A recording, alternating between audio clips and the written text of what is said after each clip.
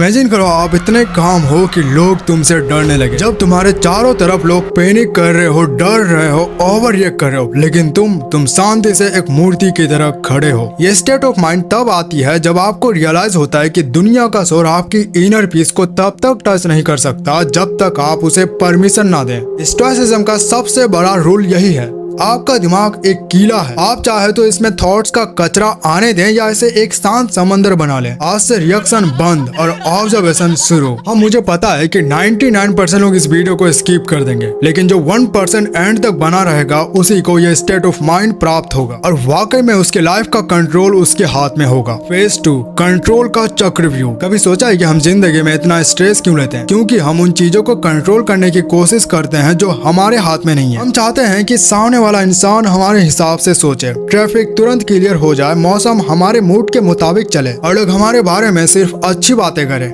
Result क्या होता है? फ्रस्ट्रेशन, गुस्सा, मेंटल एग्जॉशन। सदियों पहले एक महान स्टोइक फिलोसोफर एपिक्टेटस ने एक ऐसी टेक्निक दी थी जिसे डायकोटोमी ऑफ कंट्रोल कहते हैं। इसे अपनी जिंदगी का रूल बना लो। जिंदगी को 2 सर्कल्स में बांट लो। पहला, आउटर सर्कल, जो आपके कंट्रोल में नहीं है, लाइक दूसरों के ओपिनियंस, आपका पास, इकोनॉमी, मौसम और बाकी लोगों का बिहेवियर। इस सर्कल पर अगर आप अपनी एनर्जी लगाते हो तो आप सिर्फ अपना सर दीवार पर मार रहे हो। एंड दूसरा, इनर सर्कल, जो सिर्फ मेरे कंट्रोल में है, जो सिर्फ आपके कंट्रोल में है। आपके अपने थॉट्स, आपके एक्शंस, आपके डिसीजंस और किसी भी सिचुएशन पर आपका रिएक्शन। एक छोटा सा एग्जांपल लेते हैं। मान लीजिए आप किसी इंपॉर्टेंट मीटिंग के लिए जा रहे हो और रास्ते में भारी ट्रैफिक मिल गया। अब आप स्टीयरिंग व्हील को जोर से पकड़कर चिल्लाना शुरू कर दो। जोर जोर से हॉर्न बजाओ, गुस्सा करो, चिल्लाओ, गाड़ी फोड़ दो। क्या इससे ट्रैफिक 1 इंच भी आगे बढ़ेगा? कम होगा क्या? बिल्कुल नहीं। आपने बस अपना मूड खराब किया है। वहीं दूसरी तरफ अगर आप वहीं ट्रैफिक में बैठकर ये सोचते हो ये चीज मेरे कंट्रोल में नहीं है, पर इस टाइम का मैं बेस्ट यूज कैसे कर सकता हूँ, और आप कोई अच्छा पॉडकास्ट लगा लेते हो, थोड़ी डीप ब्रीदिंग कर लेते हो, अपने माइंड को शांत करने की कोशिश करते हो। रास्ता वही है, ट्रैफिक वही है, पर आपका एक्सपीरियंस बिल्कुल अलग हो गया। एपिक्टेटस ने एक तीरंदाज का एग्जाम्पल देता है। एक तीरंदाज अपना धनुष पूरी फोकस के साथ खींचता है,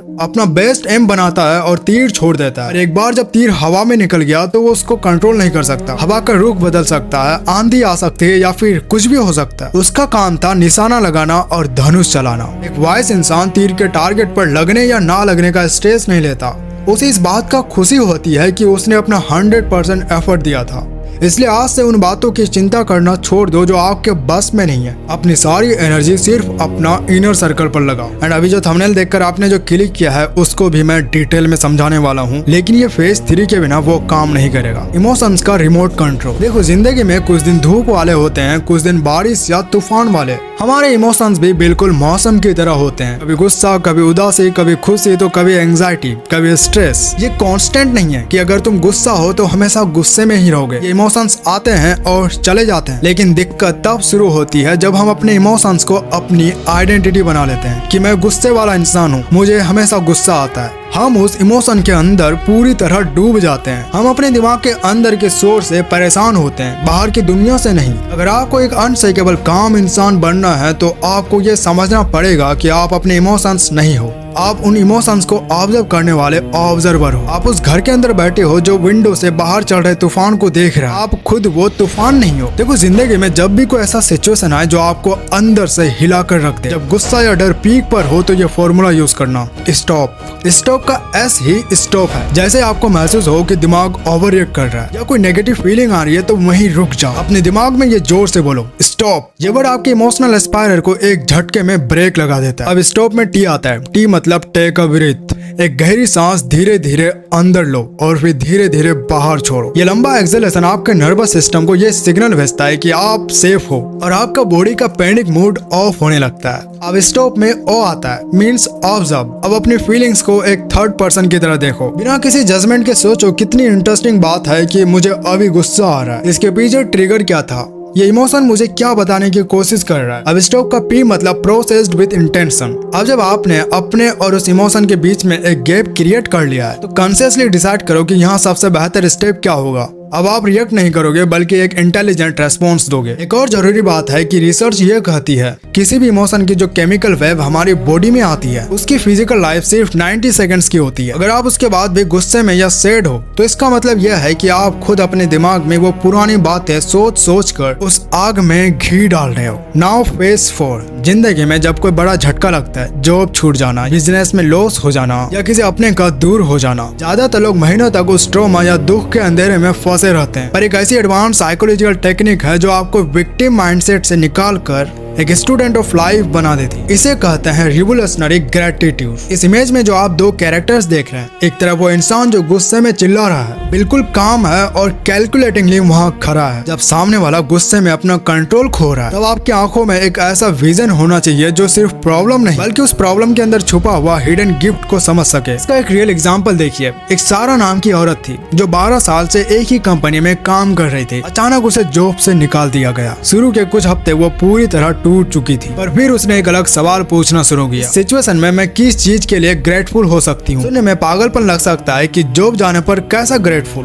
पर जब उसने गहराई से सोचा तो उसे समझ आया कि वो जॉब धीरे धीरे उसकी सोल ड्रेन कर रही थी। वो सिर्फ कंफर्ट जोन की वजह से वहाँ टिकी थी। तो उसे अपनी फैमिली के साथ कनेक्ट करने का मौका मिला और 6 महीने बाद उसने अपना खुद का कंसल्टिंग बिजनेस शुरू किया जो पहले से कई गुना ज्यादा प्रॉफिटेबल था।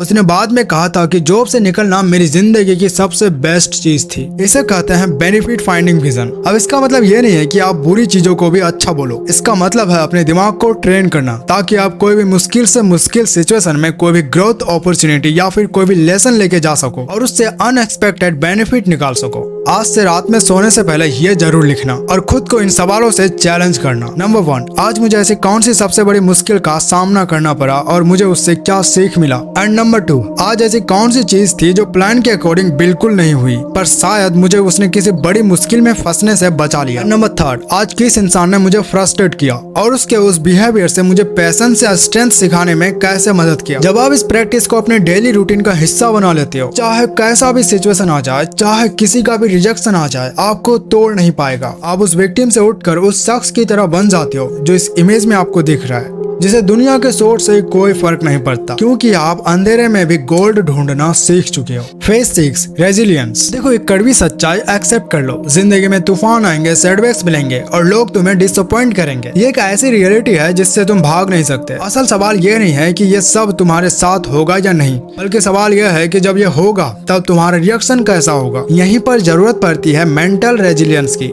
ज्यादातर लोग सोचते हैं कि स्ट्रॉन्ग बनने का मतलब है बिल्कुल पत्थर बन जाना, जिसे दर्द ही ना हो, अंदर से एकदम इमोशनलेस हो जाए। असलियत में साइकोलॉजिकल लेवल पर यह सबसे बड़ी वीकनेस है। असली रेजिलियंस का मतलब है कि तुम उस मुश्किल वक्त का पूरा इम्पैक्ट महसूस करो। एक ट्री का एग्जांपल से समझो। जब एक भयंकर तूफान आता है तो एक फ्लेक्सिबल ट्री बच जाता है, लेकिन जो रिजिड ट्री है, जो जिद्दी है, वो सबसे पहले गिरता है। तुम्हें भी उस फ्लेक्सिबल ट्री की तरह बनना है और इस अनब्रेकेबल रेजिलियंस का सबसे बड़ा पिलर है द आर्ट ऑफ लेटिंग गो। चीजों को छोड़ना सीखना। जिंदगी में सबसे ज्यादा मेंटल टॉर्चर तब होता है जब हम उन चीजों को जबरदस्ती अपने मुट्ठी में बांध कर रखना चाहते हैं जो सिर्फ एक फ्लो में आई थी और निकल जाने के लिए बनी थी।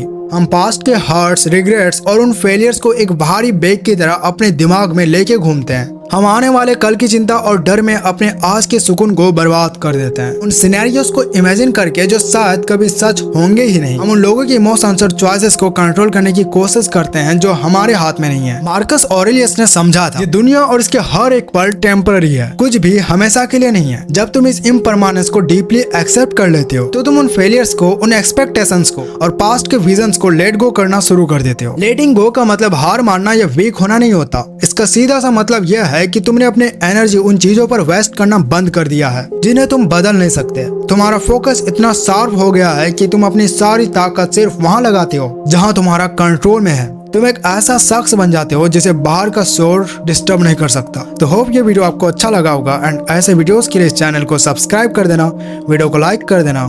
Thanks for watching.